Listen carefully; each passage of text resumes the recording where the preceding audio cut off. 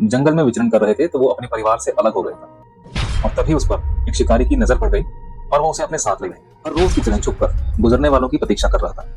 कुछ समय बाद उसने देखा कि एक ऋषि जंगल की ओर बढ़ रहे हैं। रत्नाकर इस तरह का व्यवहार देखते हुए हैरान रह गया, लेकिन ये संत तो बहुत ही शांत लग रहा था। सभी लोग उसके पाप में भागीदार बनने से मना कर देते हैं। उसके हिंसक स्वभाव के कारण उसके मन में राम की जगह मरा मरा निकल जाता था। नारद जी ने वाल्मीकि को बताया कि इतनी कठोर तपस्या के बाद अब उनमें एक विशेष परिवर्तन हुआ है।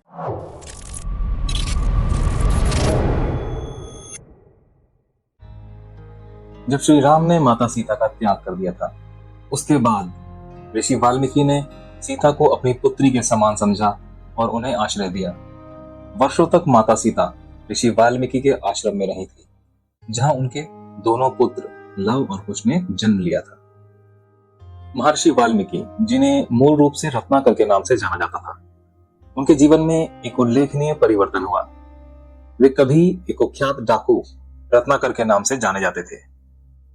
हालांकि एक महत्वपूर्ण घटना ने उनके मार्ग को पूरी तरह से बदल दिया। बहुत ही कम आयु में जब वे अपने परिवार के साथ जंगल में विचरण कर रहे थे तो वो अपने परिवार से अलग हो गए। उनके चिंतित माता पिता ने उनकी बहुत खोज की, लेकिन बहुत ढूंढने के बाद भी जब रत्नाकर नहीं मिला तो उनके माता पिता ने यह मान लिया कि शायद किसी जंगली जानवर ने उन्हें खा लिया होगा, और वे लोग अपने घर लौट गए। अपने माँ बाप की खोज में रोता हुआ रत्नाकर जंगल में यहाँ वहां भटकते हुए अपने माँ बाप को ढूंढ रहा था, और तभी उस पर एक शिकारी की नजर पड़ गई और वो उसे अपने साथ ले गए। उसी शिकारी ने रत्नाकर का पालन पोषण किया और उनका बाद में विवाह भी करवाया। समय के साथ वाल्मीकि के परिवार को आर्थिक समस्याओं का सामना करना पड़ रहा था, जिससे उनके लिए अपनी पत्नी और अपने बाकी परिवार का भरण पोषण करना बहुत मुश्किल हो गया था। पहले तो रत्नाकर शिकार करके अपना काम चला लेता था, लेकिन अब उसके परिवार की स्थिति ऐसी हो चुकी थी कि अब उसने ठान लिया कि अब वो डकैती डालना शुरू करेगा, लोगों को लूटना शुरू करेगा, और उसने अपने आसपास के सभी गांवों में डकैती डालना शुरू कर दिया। इसके अलावा कोई दूसरा विकल्प रत्नाकर को समझ में ही नहीं आया। यहाँ तक कि इन डकैतियों के दौरान अगर रत्नाकर को कोई रोकने की कोशिश करता, उसके बीच में आता, तो वो उसे जान से मार दिया करता था। आप सोच रहे होंगे कि ये डाकू रत्नाकर वाल्मीकि के नाम से कैसे जाना जाने लगा। तो ये जानने के लिए कहानी में और आगे बढ़ते हैं। जब वाल्मीकि और नारद मुनि की मुलाकात हुई, एक दिन जंगल में रत्नाकर हर रोज की तरह छुपकर गुजरने वालों की प्रतीक्षा कर रहा था। कुछ समय बाद उसने देखा कि एक ऋषि जंगल की ओर बढ़ रहे हैं। नारायण नारायण हरि हरि नारायण नारायण हरि हरि नारायण नारायण। वो ऋषि लगातार नारायण नारायण का जाप करता जा रहा था, और ये अनजान ऋषि स्वयं नारद मुनि थे। रत्नाकर ने तुरंत ही उनको लूटने का फैसला किया। रत्नाकर अचानक ऋषि के सामने आ गया और उन्हें धमकी देने लगा। साधु, रुक जाओ, जहां हो वहीं ठहर जाओ, और जो कुछ भी तुम्हारे पास है मुझे सौंप दो, अन्यथा मैं तुम्हारे प्राण ले लूंगा। नारद मुनि ये सब सुनकर शांत रहे और बड़े ही आसानी से अपना संगीत वाद्य यंत्र, यानी कि वो खरताल और बीणा, उन्होंने रत्नाकर को दे दिया। रत्नाकर इस तरह का व्यवहार देखते हुए हैरान रह गया, क्योंकि वो जानता था कि जब भी वो किसी को लूटता था तो लोगों के चेहरे पर एक भय, एक डर दिखाई देता था, लेकिन ये संत तो बहुत ही शांत लग रहा था और हल्के हल्के मुस्कुराए जा रहा था। रत्नाकर थोड़ा हैरान सा दिख ही रहा था। इतने में नारद मुनि ने एक प्रश्न रत्नाकर से पूछ लिया कि तुम डकैती क्यों करते हो, क्यों लोगों को मारते हो, उन्हें लूटते हो। रत्नाकर ने बड़े गर्व से कहा, यह मेरी आय का स्रोत है, इसकी मदद से मैं अपने परिवार का भरण पोषण करता हूँ।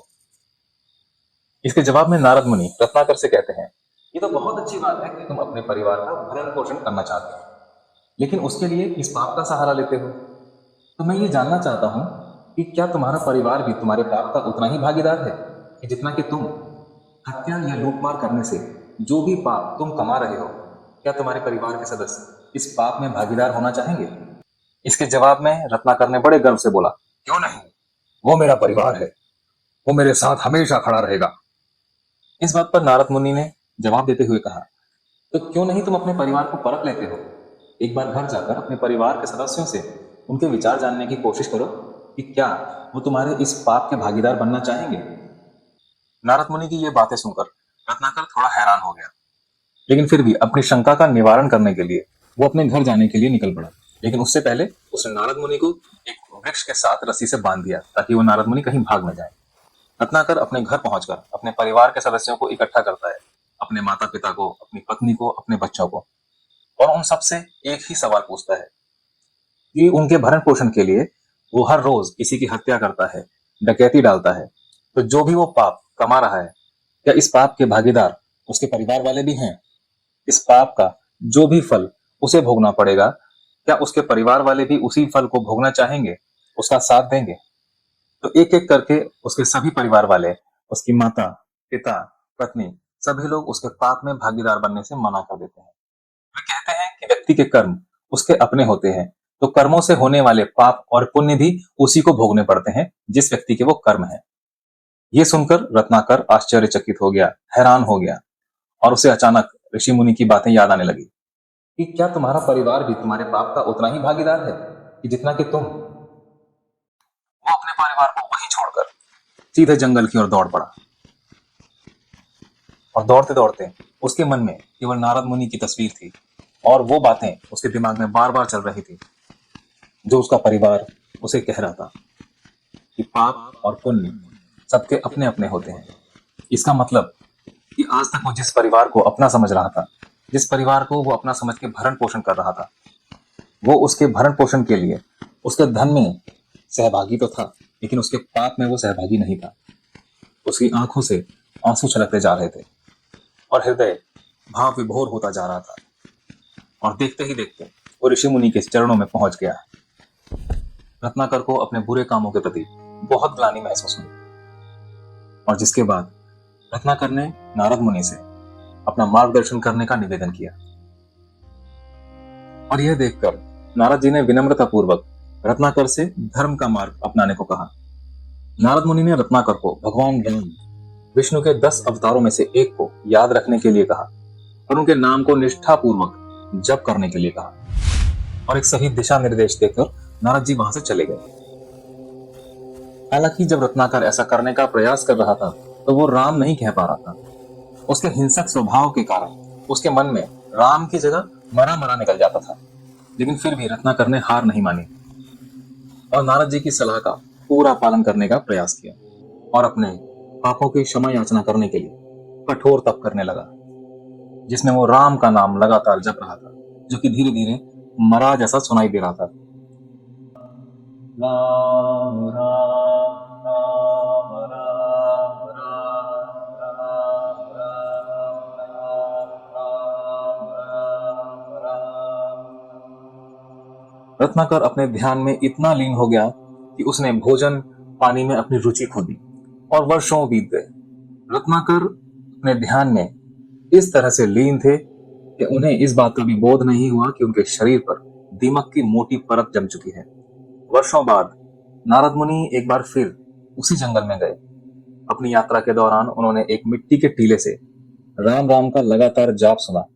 वे अपने आश्चर्य की तृप्ति के लिए उस जगह पर पहुंचे जहां से ये राम राम की आवाज आ रही थी। नारद जी एक मिट्टी के टीले के पास पहुंचे और धीरे धीरे उस मिट्टी की परत को हटाने लगे। जब मिट्टी पूरी तरह से हटा दी गई तो उन्होंने रत्नाकर को वाल्मीकि नाम से संबोधित किया। यह घटना भारत के पश्चिम बंगाल के झारग्राम के एक चींटी के टीले पर हुई थी। अपनी कठोर तपस्या के बाद रत्नाकर ने अंततः जब अपनी आंखें खोली तो पूरी तरह से उनमें एक आध्यात्मिक परिवर्तन हो चुका था, और नारद जी ने भी ये परिवर्तन महसूस किया, क्योंकि उनकी बंद आंखें और शांत व्यवहार एक दिव्य चरित्र को प्रकट करती थी। वाल्मीकि जी ने विनम्रता पूर्वक नारद मुनि को प्रणाम किया और नारद जी ने उन्हें स्नेह से जमीन से उठाया और अपने गले लगा लिया। नारद जी ने वाल्मीकि को बताया कि इतनी कठोर तपस्या के बाद अब उनमें एक विशेष परिवर्तन हुआ है, जिस कारण वो आज से महर्षि वाल्मीकि कहे जाएंगे और उनका ज्ञान दूसरों के जीवन का मार्गदर्शन करेगा। जिस जगह महर्षि वाल्मीकि और नारद मुनि मिले थे उस जगह का नाम तपोवन है, जो भारत के पश्चिम बंगाल के झारग्राम जिले में स्थित है। इसीलिए अब हम पूर्व डाकू रत्नाकर को महर्षि वाल्मीकि के रूप में जानते हैं, जो प्रसिद्ध महाकाव्य रामायण के लेखक हैं, जिसमें उन्होंने श्री राम के संपूर्ण जीवन का उल्लेख किया है। तो ये था महर्षि वाल्मीकि के जीवन से एक छोटा सा विशेष अंश। आशा करता हूँ कि ये वीडियो आपको पसंद आया होगा, ये जानकारी आपको पसंद आई होगी। ऐसी ही और महत्वपूर्ण जानकारी के लिए हमारे साथ जुड़े रहें, हमारे चैनल को सब्सक्राइब करें, वीडियो को लाइक करें और इसे शेयर भी करें। धन्यवाद।